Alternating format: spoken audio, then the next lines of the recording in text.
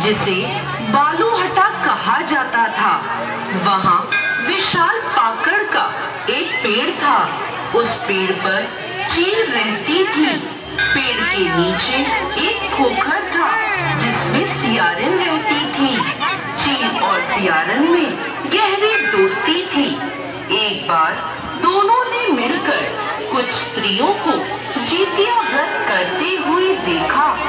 तब उन्होंने यह व्रत करने का संकल्प लिया। फिर दोनों ने भगवान च्युतवाहन की पूजा करने के लिए निर्जला व्रत रखा। व्रत के दिन उस नगर में एक बड़े व्यापारी की मृत्यु हो गई और व्यापारी का दाह संस्कार उसी मरुस्थल पर किया गया। दिन बीतने के बाद जब रात हुई तब वहाँ मौसम खराब हो गया। बिजली कड़कने लगी और बादल गरजने लगे। वहाँ पर बड़ा तूफान आ गया। अब सियारन को भूख लगने लगी। मुर्दा देखकर वो खुद को रोक ना पाई और उसने व्यापारी के शरीर को खा लिया और उसका व्रत टूट गया। पर चील ने संयम रखा और नियम व श्रद्धा से अगले दिन व्रत का पारण किया।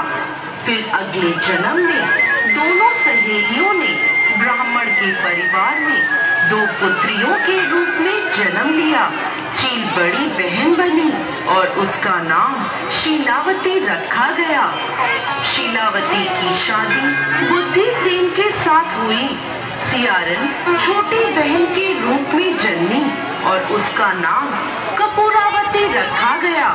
उसकी शादी नगर के राजा मलाईकेतु से हुई। अब कपूरावती कंचनवटी नगर की रानी बन गई। भगवान च्युतवाहन के आशीर्वाद से शीलावती के 7 पुत्र हुए, पर कपूरावती के सभी बच्चे जन्म लेते ही मर जाते थे। कुछ समय बाद शीलावती के 7 पुत्र बड़े हो गए। वह सभी राजा के दरबार में काम करने लगे। कपूरावती के मन में उन्हें देखकर ईर्ष्या की भावना आ गई और उसने राजा से कहकर शीलावती के सभी पुत्रों के सर कटवा दिए और उन्हें 7 नए बर्तन मंगवाकर उनमें रख दिया और लाल कपड़े से ढककर शीलावती के पास भिजवा दिया। यह देखकर भगवान च्युतवाहन ने मिट्टी से 7 भाइयों के सिर बनाए और सभी के सिर को उनके धड़ से जोड़कर उन पर अमृत छिड़क दिया, जिससे सभी में जान आ गई और शीलावती के 7 पुत्र जिंदा हो गए और अपने घर लौट आए। जो कटे हुए सिर रानी ने भेजे थे वो फल बन गए।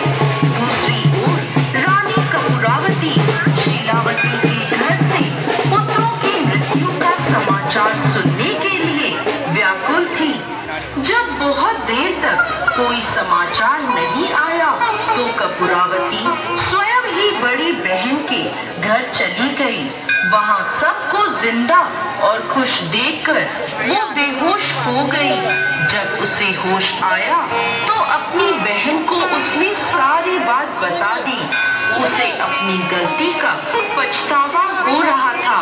भगवान च्युतवाहन की कृपा से शीलावती को पूर्व जन्म की बातें याद आ गई।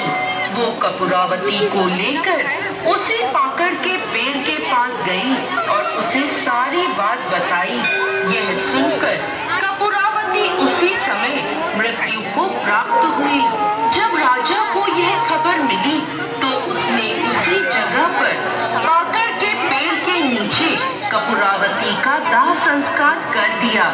हे भगवान च्युतवाहन, जैसे आपने शीलावती के 7 पुत्रों की रक्षा करी, वैसे ही इस कहानी को कहते, सुनते और हुंकार भरते सब पर कृपा करना।